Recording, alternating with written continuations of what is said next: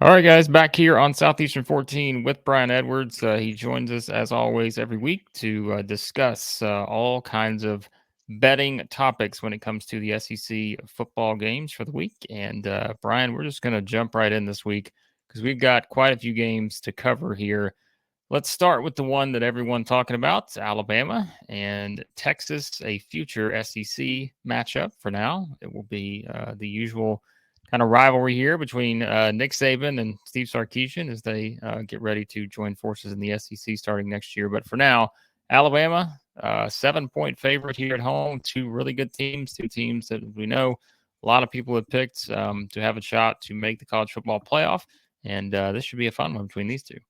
Yeah, should be. And I like Alabama minus the 7. The Crimson Tide is 15-5-1 against the spread in their last 21 as a home favorite. And many of those spreads were three times this number and more. And Texas has been on the road 9 times since they've hired Sarkisian. They have lost outright in 6 of those games. 5 of those 6 losses have been by 7 points or more. They've been a road underdog under Sark 3 times, and they're 0-3 against the spread in those games. Texas only scored 1 touchdown in the first half against Rice last week. They only averaged 4.1 yards per carry.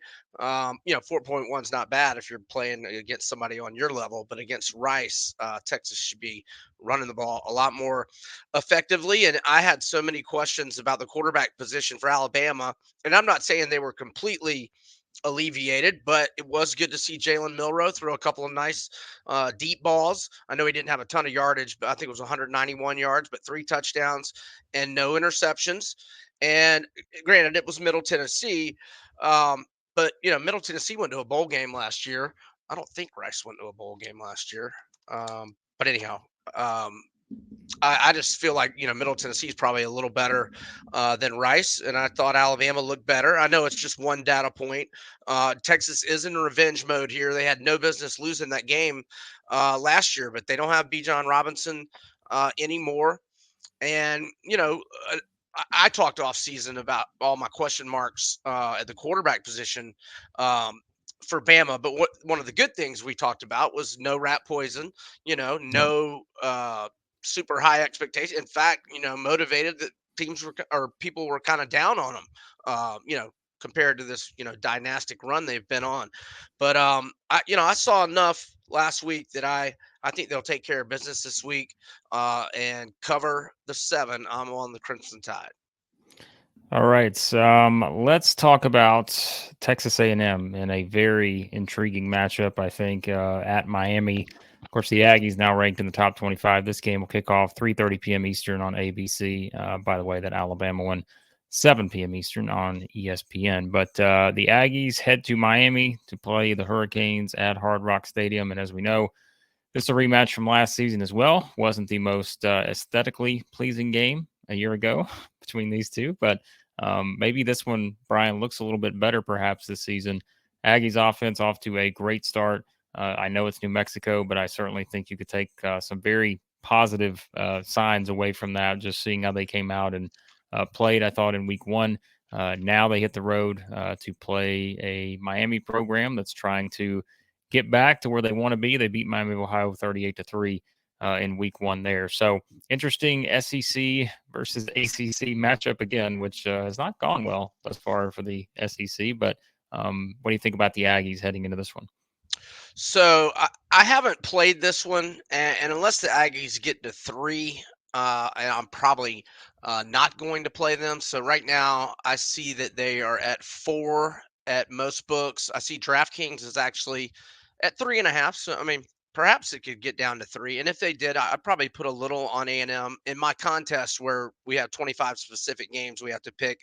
I did pick A&M. I made the line 5 on Sunday afternoon before it came out, and it came out right around there. Oh yeah, it looks like it did open at 5 from what I'm seeing on my screen. But I guess some Miami action has brought it down. I was impressed with Miami last week. Obviously, I faded Miami and got beat Friday night. And so, they've got had an extra day of rest in preparation. Not that that's going to mean a whole lot, especially this early in the season. I will point out under Jimbo Fisher as a road favorite, Texas A&M is 7-3 against the spread, whereas the Canes under Cristobal as a home dog, they are 0-2 ATS, and I believe they lost both of those games outright. And yes, they did against um, home dog. Let's see. Yes, FSU and what's the other one? What says 0-2 here? Anyway, never mind. But I They lost slightly, to someone. yeah, slightly lean to the Aggies in this one, and hope they get the W. A&M, if anything, here. Yeah, I think it's like I said, I really like some of the things I saw, and I know opponent matters and context and all that. But we said coming the season there were definitely going to be much higher expectations after a disappointing 2022, and I thought what you saw, at least really on both sides, but the offense specifically, or what we were talking about, with just is Connor Wegman going to be the guy? Comes out, played a really good game, and so I'm excited to see how that offense continues to evolve there with Bobby Petrino and the Aggies. So, all right, the other big game here, I think there's, like I said, we're going to talk about 5 of these games. We'll mention a couple others maybe as well, but kind of 5 featured games I think on the card this week for the SEC. And another one here that I think, if you've kept up with Tulane, this is a potentially really good football game here, as Ole Miss is going to play Tulane. That's a 3:30 p.m. Eastern kickoff, ESPN2. That one's in New Orleans. Um, I love this one, Brian. Like, I just think about the possibilities with these two teams, and certainly Ole Miss putting up the offensive output they did in Week 1. Trey Harris scoring 4 touchdowns receiving wise, had 3 of them in 2.5 minutes, something like that. But Jackson Darts, the guy, comes out, looks good. Again, context important, but still, Ole Miss took care of its business. I like to see that from teams in Week 1 against teams they should take care of business against. And now they play the top 25 Green Wave, who beat a pretty, I think, good and solid South Alabama team last week, 37-17. And, of course, the Green Wave still in the top 25, coming off a great season last year. So this sets up to be, I think, the Lane Kiffin special here in terms of getting your popcorn, because I think this could be pretty entertaining. Yeah, I think it's going to be a high scoring game, very entertaining game. Can't wait to watch this one. So right now, most books are at 7.5. I actually see DraftKings is at 7. So this total opened Sunday night or Sunday late afternoon, 62.5. It had gotten up to 67. It looks like it's dropped back down to 66.5, and actually Circa and looks like Caesars are at 66. So I played it over 62.5 right when I saw it on Sunday. I just thought that was too low, and got on the over. It's hard for me to endorse at 66.5. So if listeners are thinking they're going to tail me, you just got to make your own decision on that. I mean, I'm not against it, but I'm just in it 4.5 points better. So as for the side, and just some more stuff on liking the over. So Pratt, 14 of 15 last week, 294 yards, 4 touchdowns without an interception. And like you mentioned, South Alabama was really good last year, 10-3. They brought back 18 starters, 9 on each side of the ball. Their defense only allowed an average of 21.3 points per game, but yet Tulane lost 3 fumbles, but still scored 37 points, and they averaged 36 points per game last year. Now, Ole Miss faced an FCS opponent, but man, was it points galore. Like you said, the La Tech transfer, Trey Harris, looking great in his Rebs debut. And like we also said in the offseason, they've got multiple quarterbacks that they can win with. And I like how he shut Judkins down early last week. No reason to get any more bumps and bruises.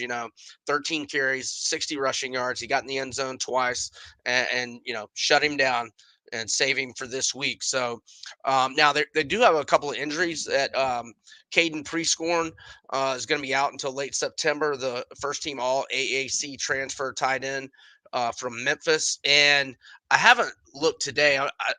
It doesn't sound good for Zachary Franklin. I mean, he's listed as questionable. I shouldn't even really speak to it because I haven't looked to see if he practiced today. But I'm not counting on him playing. But I still think Ole Miss is going to score a ton of points. And as for the side, look, Willie Fritz is going to have a hell of a plan. Pratt's one of the best quarterbacks in the country. You know, they've got an SEC team coming in there, so I'm sure the crowd will be lit. I think there'll be a good contingent of Ole Miss fans, though, as well. And I think it's going to be a close game.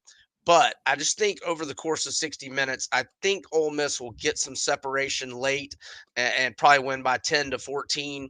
So if you can get 7, small opinion on Ole Miss, and maybe wait it out on the total. Maybe the total will come back down a little bit more, and then maybe if you're agreeing with me, you can play the over. But like I said, I got in at 62.5 and feel good about that. Yeah, I think again, it will be interesting to see what that number does, like you said before kickoff, especially the over under there. So those are, I think, for a lot of people, kind of the big three because they do involve top 25 teams in all of those. And again, you've got top 25 on top 25 with Ole Miss, Tulane, and Alabama, Texas. But some other ones, and these are SEC Pac-12 matchups, and we've seen one of those so far. It didn't go so well for Florida, as you know, Brian. But Mississippi State hosts Arizona. That's a 7:30 p.m. Eastern kickoff on the SEC network. This is a rematch from last year where Mississippi State went out there and really kind of just took it to Arizona. Defense played well. Jaden Delora did not have his best game for Arizona at quarterback. Because one touchdown, they had 3 interceptions in that game. And I thought the Mississippi State defense did some things to really, again, push that offense to make mistakes. And now the setup is that you've got Delores back for Arizona. He's got a really good, I think, wide receiver group, kind of just, looking at the group that he has there. They haven't really, I think their running game still can leave a bit to be desired, but they don't necessarily need it sometimes when he's playing as well as he can play. And then you've got Mississippi State, who I thought got off to a good start again, Southeast Louisiana. But yeah, this is another one that I think is very interesting for a lot of reasons. And, Will Rogers had a field day against Arizona last year, and we'll see what he can do this season. Yeah, so I haven't played this one yet, but I definitely lean to Mississippi State. And for those of our listeners, if they like to do teasers or money line parlays, I think Mississippi State is a good team for a teaser, whether it's 6 or 6.5 points. Bumping it down maybe to 2.5, and just needing to win by a field goal in a teaser. Maybe you could use Alabama as the other part of that teaser, but I lean Mississippi State -9. I picked them in my contest, and I might play them. But that's my lean. Like you said, Rogers lit Arizona up last year, and then last week, 20 of 29, 227 yards and 2 touchdowns. And the running back, Joquavius Marks, 19 carries, 127 yards, and 2 touchdowns. And I like the freshman Whitmore out of Gainesville. His brother used to play at Florida. His mom played volleyball at Florida, and he was a UF commit initially, but eventually decommitted and signed with Mississippi State. And Creed Whitmore had a nice game last week. He had 4 catches, 59 yards, 1 touchdown in his collegiate debut. He also had 57 rushing yards on just 2 attempts and 1 touchdown. So they've got Rogers has got a nice little new weapon as the freshman, very athletic kid, tall as well. So yeah, I think Mississippi State will take care of business. I mean, I think Arizona is on the rise, but it has been a slow climb as they were really, down bad when Fish got there. They went 38-3 last week, but their defense last year was just abysmal, giving up an average of 36.5 points per game, gave up 39 against the Bulldogs. And I think Mississippi State is going to win by 2 touchdowns.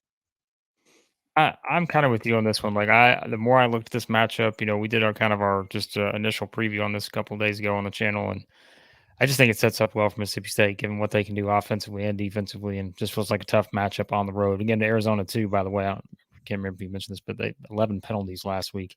Mississippi State had one, and you're going on the road to play in Starkville. We know that can be a place that you can't have those, and that could kind of put you behind the eight ball there. So we'll see what happens in that one. Another one, as we said, SEC versus Pac-12, as it's going to be Auburn traveling out to Berkeley to play Cal in the late game on Saturday night, 10:30 p.m. Eastern for that one on ESPN.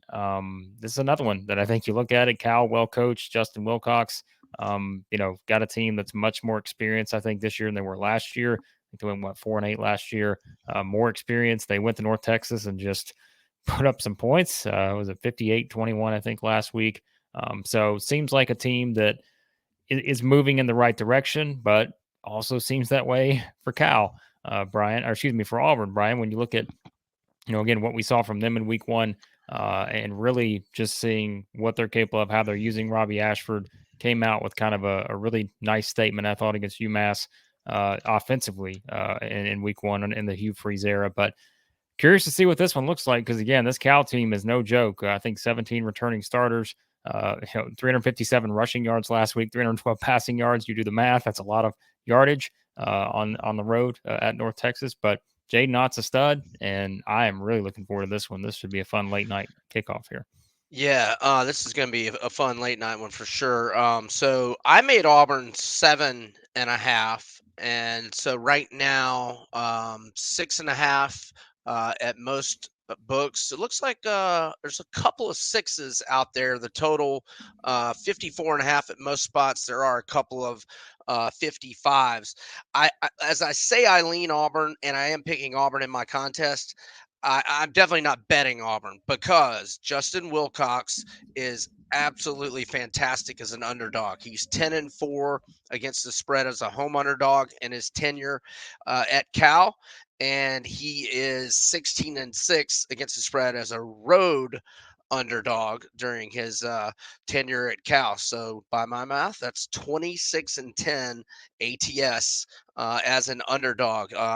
So I do not want to mess with Justin Wilcox, but yeah, I mean, granted it was UMass, but UMass showed a pulse and a little offense on week 0. Hugh Freeze is just such a major upgrade for them, and I think we're going to get Jarquez Hunter, so you add another weapon. But it's always tricky going out west, and the late start, all those things kind of make this a tricky spot. I remember Ole Miss got beat out there back when it's probably like 4 or 5 years ago, but when they had AJ Brown and Metcalf and all those um, stud receivers, they went out there and they got beat. So I think Auburn is on a little upset alert here, but I think they will win. Whether they cover or not remains to be seen. Yeah, we shall see. I just can't go against Wilcox as an underdog. And also, the transfer quarterback, Sam Jackson, got hurt in the first quarter. He had thrown a touchdown pass. He is apparently going to be a game time decision, and it's questionable. So I think it's going to be Finley. And Finley is the transfer from NC State who started, I think he's 2 or 3 games last year for the Wolfpack. Actually, only started 2 for the Wolfpack. So, he's got some experience. He was 24 of 34, 279 yards, 1 touchdown, 1 pick last week. And Ott was just terrific as a true freshman last year. He started from the get-go and 20 carries, 188 yards, and 2 touchdowns last week. So, yeah, this one should be a fun one. And I think I'm gonna be on the sidelines for it, but I'll be rooting for Auburn in my contest. Yep, should be entertaining. I think Pac-12 after dark, as they say. Not going to have many more of those opportunities beyond this season, unfortunately, for the Pac-12. So it to be the SEC after dark moving forward. But all right, Brian, we got some other games here, and I'm just going to kind of lump some of these together. You can go where you want to go with it. I guess one thing we can mention: Arkansas and Kent State. Arkansas hosts Kent State there in Fayetteville, 4 p.m. Eastern, SEC Network. Rocket Sanders availability, not going to play, but I think that's more of something we monitor moving forward. Whereas in this game, it's one where Kent State's the least experienced team in college football. I was marveling at that. Phil Steele, when I was reading Kent State, I'm like, 0 returning starters on offense, 4 returning starters on defense, the least experienced team in the country. Looked like it last week. UCF put up 56 points against them, beat them 56-6. Again, I don't think this is much in terms of maybe from a betting standpoint, but the Rocket Sanders injury is certainly something to monitor moving forward for the Hogs here as they move into a much more challenging part of their schedule after this upcoming week. Yeah, but the injury to Rocket, that stinks. I hope none of our listeners tailed me on my over 1,201.5 over rushing yards prop for the season on Sanders, because he only had 42 last week and he's going to have 0 this week, and we are off to a horrendous start with that wager. But KJ looked really good last week, 18 of 23, 246 yards, 3 touchdowns, without an interception. And I'm looking to see the transfer that I wanted to. Oh, it was Ja'Cory Brooks. It looks like did not make the box score, huh? Oh, okay. Well, yeah. Oh, and KJ also had 1 rushing touchdown, and Dubinion obviously is going to get a major increase in his workload this week with Rocket out, and Arkansas should cruise, but I don't want to lay a big number. Let's see. I think it was 37 at last look. I'm looking here, and He was 38 at one point. I'm not sure where it's at now, but yeah, I'm not seeing it. It's in the 37 and a half range. And that's all I got on that one. yeah, not much to sink your teeth into with this one. I guess there is one other one that probably is a little intriguing. Vanderbilt goes to Wake Forest. That's an early kickoff, 11 a.m. Eastern on Saturday. It's on the ACC network. Vanderbilt's been a team that I think they're 2-0, but haven't exactly been pretty against either Hawaii or Alabama A&M. Neither of those games, I think, were perfectly crisp for Vanderbilt in terms of their performance. Wake Forest, a team that has gotten off to a 1-0 start. They beat Elon 37-17 last week. And so I'm probably, for me, Brian, this is one where I'm just curiosity reigns supreme here because I don't know what to make of Vanderbilt just yet. I just don't. And there's not a lot you can take away, I think, just from 2 games in, other than it feels like they should have been better against Hawaii. Feels like at times they should have been better against Alabama A&M. Got off to a sloppy start there. But this is, I think, where we really find out what the Commodores could be. And as we talked about before, they have a really nice opening part of the schedule where if they're going to get close to being bowl eligible, this is one of those games where if you can win this one, things start to really sort of look up a little bit, I think. Oh yeah, and their season win total starts to look fantastic Yeah. if they can get a win in Winston Salem. So this line opened 12 and a half. So if you like Vanderbilt, I hope you got it already because it's down to 10 pretty much across the board. The total opened at 58 and a half. It is down to 55 and a half. I see there's still a couple of 56s, and that's a key number. Obviously, being a multiple of 7. So Vandy as a road underdog under Clark Lee, they're 7-3 against the spread in 10 games as road underdogs. I think this is I thought it was well lined at 12. At 10, like maybe a slight lean to Wake, and I haven't played this game, but if I were to play it, I think the over would be the play. I did have the over when these teams met last year, and it was a 45-25 final. So that's 70, and I forget what the number was on that game, but it obviously went over, and yeah, I think we'll probably get a lot of points in this game. So if I had to pick it, I would go with the over because I get the sense that neither one of these defenses is very good. Now, obviously, we've only seen Wake play once, but and Vandy twice, but I think we could get a lot of points in this one.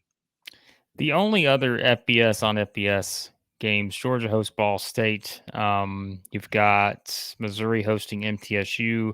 And those are the only other two that are FBS on FBS. Not sure if you have anything of note you want to throw out with those two, but I don't know. MTSU, it's something to like.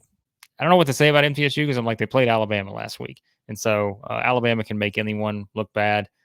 But Missouri, I think, as we talked about before, defensively, what they can do. Georgia, meanwhile, I mean, we saw Ball State against Kentucky. We talked about kind of a brutal stretch playing at Kentucky and at Georgia now to start the season. So not a lot probably there other than a big Bulldogs win. And Kirby Smart, to me, they probably weren't completely pleased either with their performance last week against UT Martin. That's strange to say since they won by 40-something points. But offensive line didn't play well. And so I'm curious to see what Georgia looks like coming out this week. Yeah, so Missouri is minus 21 to Middle Tennessee. The total is 48. Missouri is an abysmal 3-8 against the spread in 11 games as a home favorite under Drinkwitz.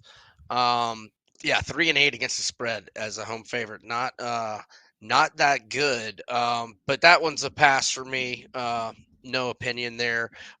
Just one little thing I'll point out on Ball State is their stud tight end, Brady Hunt, who was the first team All MAC selection last year, had 46 catches, 498 yards, and 5 touchdown catches. He is out with an injury, and their backup running back, Vaughn Pemberton, is also out with an injury. But yeah, don't like to lay 40 plus. So hard pass for me on Georgia and Missouri games. All right. The other games is at SEC games on the schedule. Kentucky hosts Eastern Kentucky. Tennessee hosts Austin P. LSU hosts Grambling. Florida hosts McNeese. And South Carolina hosts Furman. All right. This is where, Brian, I give you the floor to say anything you would like about the Florida Gators and Billy Napier after the week one loss to Utah, but more specifically, just maybe your expectations for this Florida team moving forward and any venting you would like to do, because we know they play McNeese this week, but next week they host the Vols in a big game to see maybe what the future looks like for the Gators. I thought Florida looked like the most poorly coached team in the country last week in week one. I mean, Florida had seemingly seized the momentum of the game. I mean, we're down 7-3. We had the 4th-and-1 play, false start. So you kick a field goal. We missed like a 31-yard field goal or 32, whatever it was. But then we get a stop. And we're going to get the ball back. And the offense had started to, get into a little bit of a rhythm. Basically had 2 scoring drives. One ended up being a non-scoring drive because they missed the field goal, but had 2 sustained solid drives. And you got 2 number 3s on the field, and you don't get the ball back. That should never, ever, ever, ever happen, ever. And then then Utah scores, crowd's back in it, you're down double digits. It just completely ruined the game. And then, have you ever seen anybody throw a wide receiver screen on 4th and 14? I've never seen that. I've never seen that in my life, ever once. And he ran it again. I've bitched about this so often. I've never seen a coach run the ball more consistently on 3rd and 8 than Napier. And he had another one of those last week, of course. And yeah, just bad. And then right before we came on for this show, I'm not implying it's a huge loss, but Jadarius Perkins quit the team and entered the transfer portal, and talked about all his teammates, his love, and he thanked Dan Mullen and he thanked Scott Strickland, but he didn't say anything about the coaches on this staff. And I'm not. Who knows what you read into that? I mean, he might have been the bad apple. I have no idea. But he was a veteran player. I mean, he's not that big a loss. Had 25 tackles 2 years ago, 14 tackles last year. Had 1 tackle at Utah, but he jumped ship.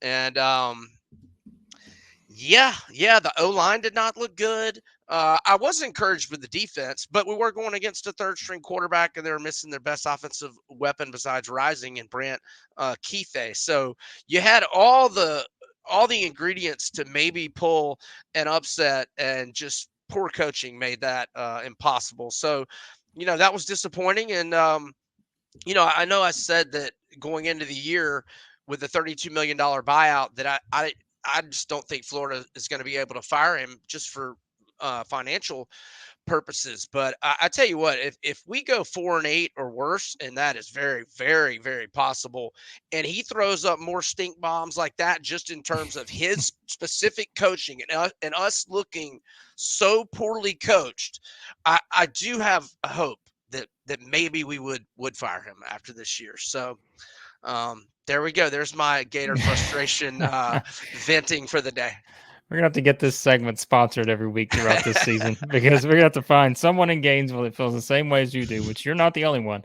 And we're gonna get this segment sponsored every week, the venting session with Brian Edwards. But yeah, hopefully you won't have to. Maybe things will turn around, but not optimistic. Probably a lot of people are right now. So Hey, did you see the stat? It was getting retweeted a lot.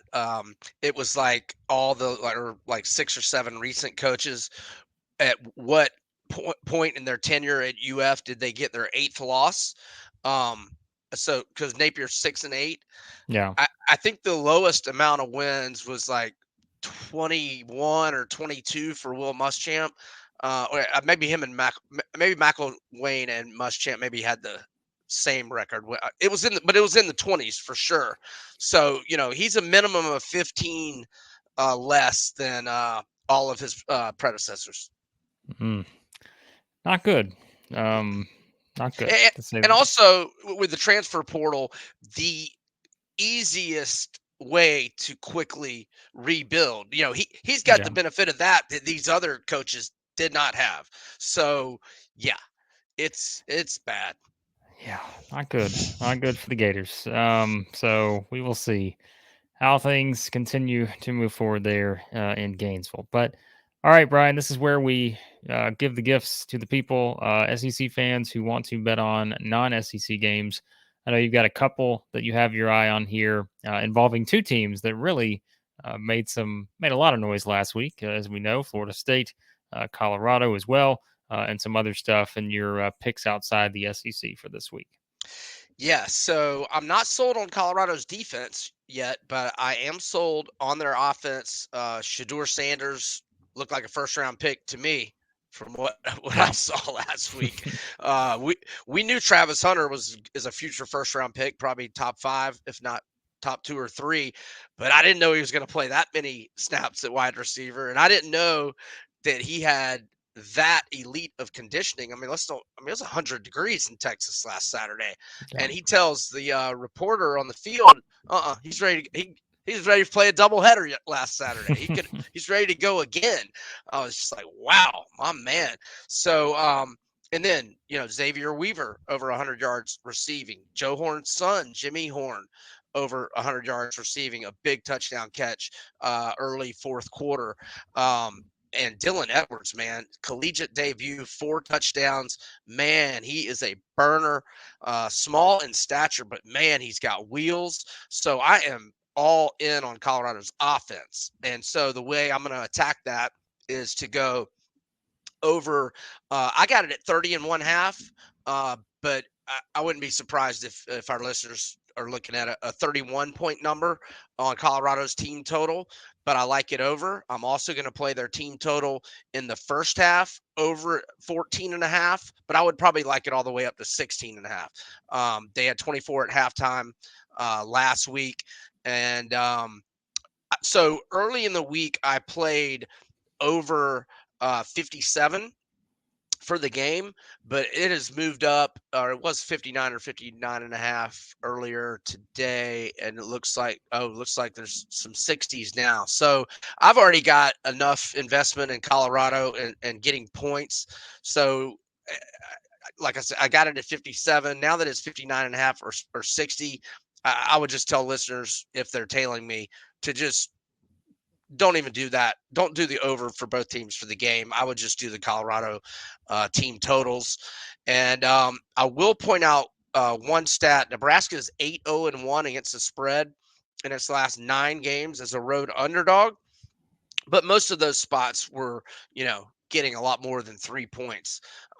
They're only getting three here, and so I'm also going to take Colorado. So 3 plays: Colorado -3, Colorado team total over 30.5 or 31. That's my favorite. And then a little bit also on Colorado's team total to go over 14.5 in the first half. And I thought Sean Lewis's game plan last week looked fantastic. Great career move for him because now that he is going to be in the spotlight all year, if his offense is executing like it did last week, that guy might have a Power 5 head coaching job next year, 1 year after leaving the MAC at Kent State. Yeah, for sure. I'm very curious to see how they continue to do what they do because that was quite something. And then anything else, Brian, before we wrap up in terms of looking at the slate for this week and anything that stands out to you? Yeah, so Eastern Michigan is plus 20.5 at Minnesota. I call Eastern Michigan's head coach Chris Creighton. I call him the underdog king. He is 25-4 against the spread in their last 29 games as road underdogs. They won outright at Arizona State last year. They won outright at Purdue in 2018. They won outright at Illinois in 2019. They are accustomed into going into these Power 5 environments, and they are not intimidated. And they've won 5 games in a row. They won their last 4 last year, won their opener last week, and also, I mean, I automatically bet Eastern Michigan when they're a huge underdog. But then, you look at the Minnesota side of things. I mean, they had 3 points late in the fourth quarter. It was 4th and 11, and Daniel Jackson just had to make an incredible toe tap touchdown on that 4th and 11 play with 2:32 left. Then they got fortunate. Nebraska fumbled near midfield or slightly into Minnesota's territory, and they end up, kicking a 47-yard walk-off field goal. But since so their new starting quarterback, he actually started 5 games last year when Tanner Morgan got hurt. Ethan Kaliakmanis.